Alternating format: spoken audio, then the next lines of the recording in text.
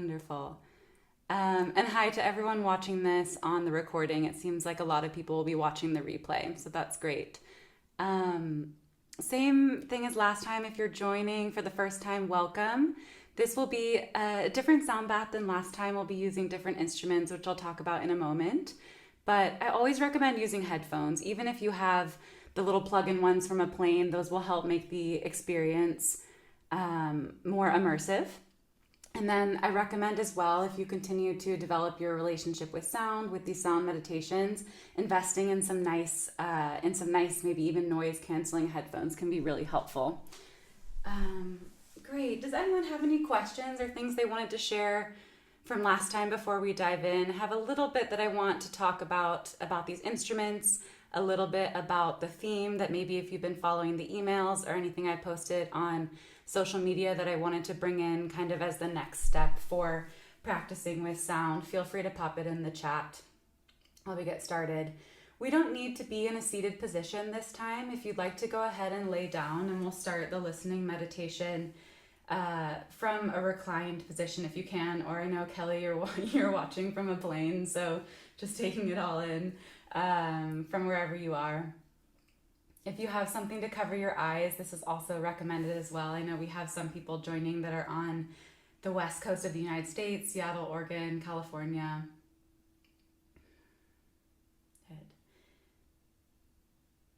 And as always, if you have any pillows or bolsters, it can be really nice to put some under the knees. It might even be nice to have some on your side as we move through the sound over the next 30 minutes. It can be nice when the body feels the urge to move during a sound bath to have something to support you if you move into a fetal position. Yeah. And when you get settled, just take a big deep breath, inhale through the nose, and then just open the jaw, open the mouth, and let out a big sigh. Whether you're at the beginning of your day or the end of the day, just try and tune out any mental noise, any noise that might be around you, neighbors, dogs, babies.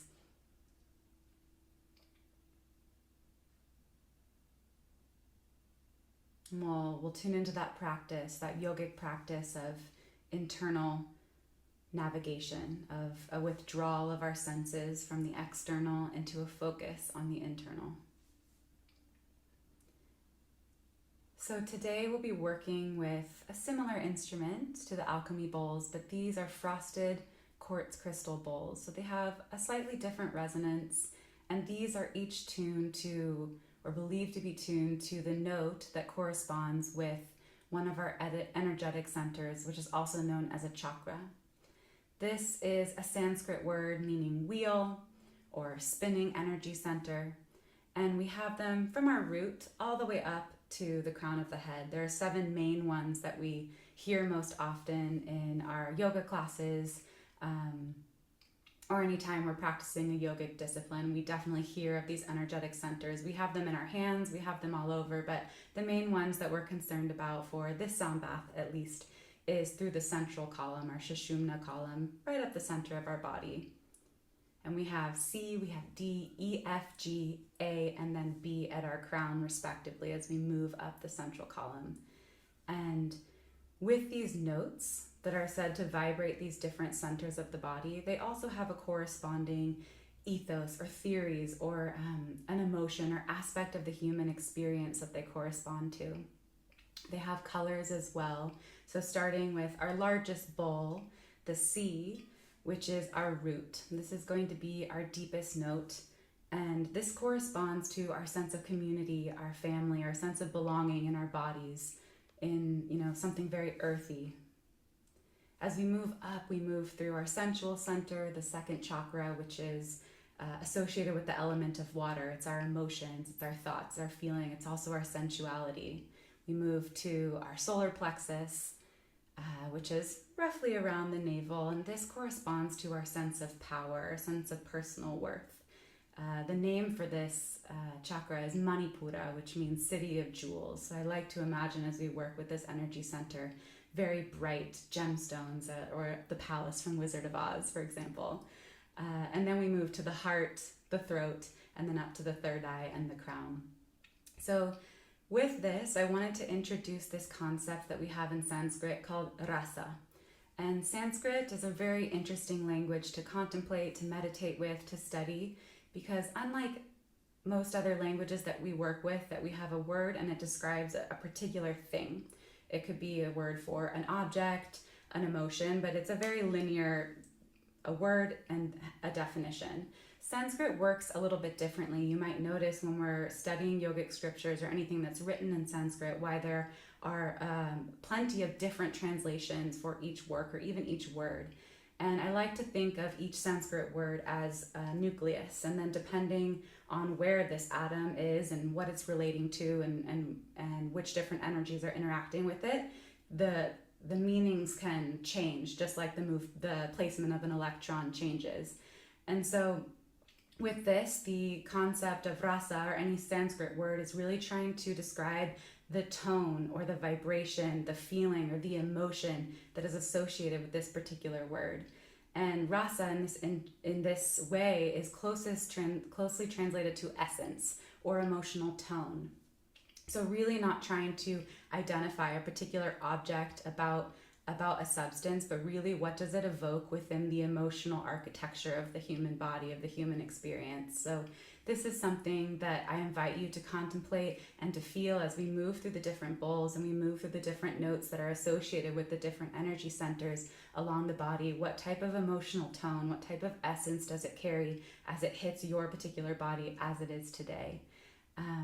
And for those that maybe this is a little bit too yogic or a little bit too out there and not tangible, what's really interesting about the yogic science of the chakra system is that they really do relate to different bundles of nerves or glands in the body. We have the bundle of nerves behind the stomach, we have the thyroid gland, the glands up in the brain, or we have the cardiac plexus at the heart chakra. So they really do correspond to different biological functions that can be seen and described as these concentrations of energy within the body. So that's the invitation for this evening or this morning, whenever you're doing this meditation, and maybe even as you return to this recording again and again, studying how that energy changes. So they don't all function together necessarily. It is all one connected system impacting one another at every time, but they can move and change independently. So we might notice, oh, we feel really grounded and rooted and we feel a great sense of community around us. That is a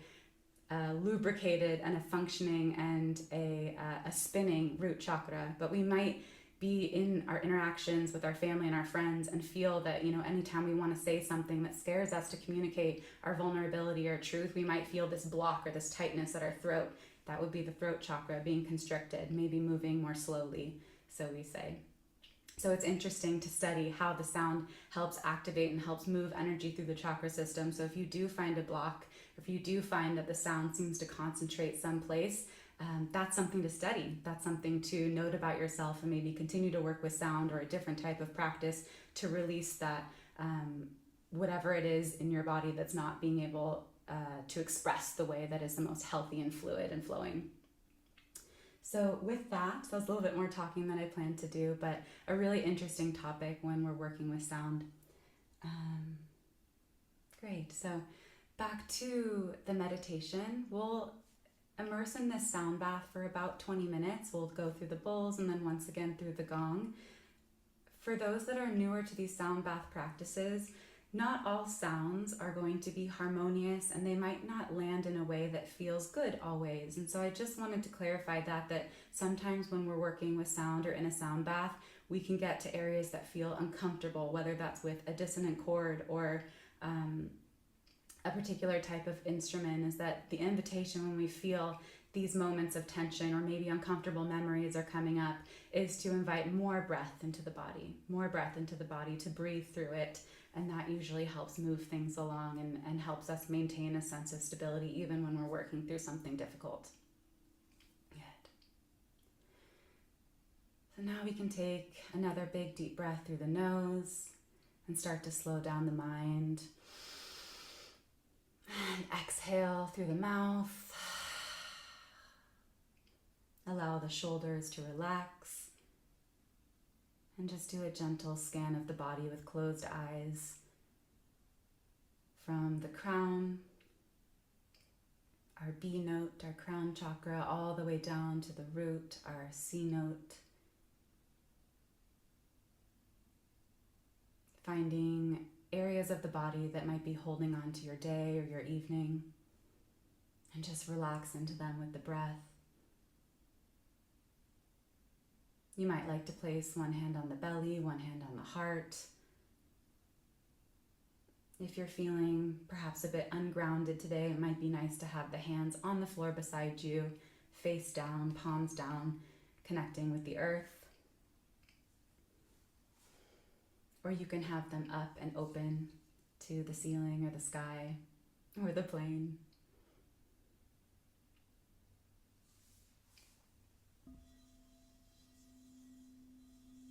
And you can visualize this stream of energy through the center of your body.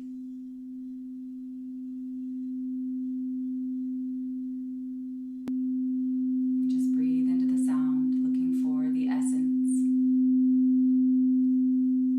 And just allow yourself to go away for a little while and rest.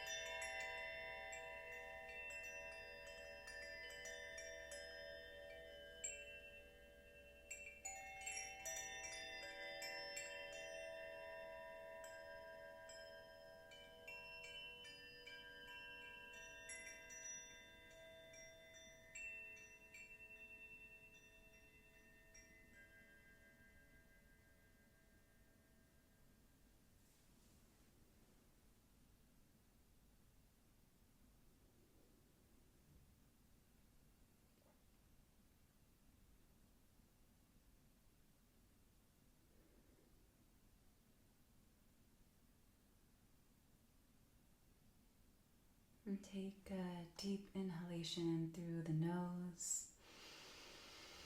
Let your belly fill up, expand, ribs expand. And exhale.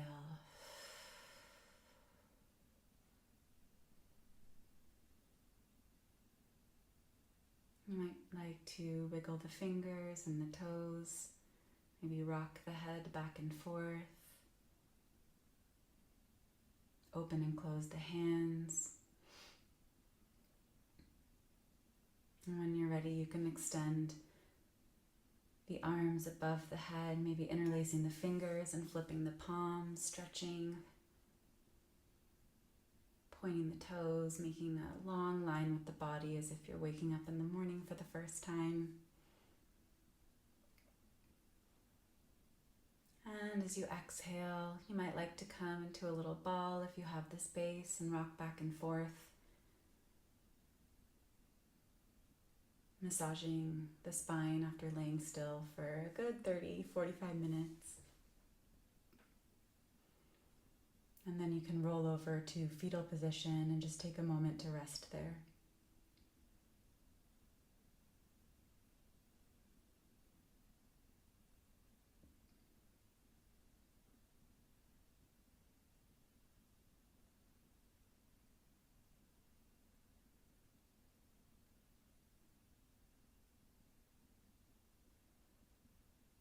And then using the palm of the hand, you can gently push yourself up to seated if you're ready to close the session. Otherwise, you can remain laying down, maybe even take a little nap if you're able, and then just meet in any meditation posture of your choice. You can sit cross-legged, you can sit on the heels in Virasana, rock pose, hero's pose. And I invite you to take the left hand and place it on the belly, right in between those second and third energy centers. And then take the right hand and place it over the heart center, our Anahata Chakra, the unstruck sound. And then gently tuck the chin, close the eyes. And to close the practice, the session, we'll take one round of breath together, gently bowing the head towards yourself, towards your heart. Inhale deep. And hold the breath at the top and just suspend yourself.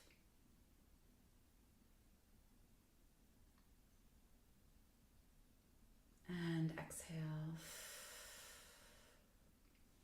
Bringing the palms to heart center in a prayer posture, in a prayer mudra, Anjali mudra, and just take a moment to thank yourself for continuing your practice and journey with sound, taking a full 45 minutes out of your day or evening to rest and be with your own inner landscape. It's not an easy thing to do in this day and age.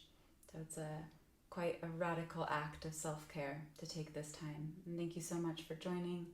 If you have any questions or want to pop anything in the chat, I'll be here for a few minutes.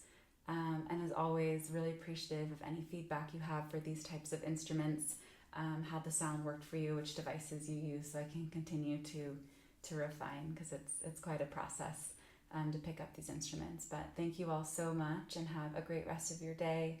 And I'll let you know when next month's date in April is, and be on the lookout for an 11-minute gong meditation that I'll be posting in the WhatsApp group. This was inspired by Petra, who's not here with us this evening, but she'll be watching the replay, and she's a practitioner of Kundalini Yoga, and we often use gong for certain meditations or for relaxation in this lineage of yoga. This particular length, which we'll talk about at another time, but can be really helpful to listen to after any of the yoga practices that you have in your schedule. But thank you so much, everyone, and hope to see you next time.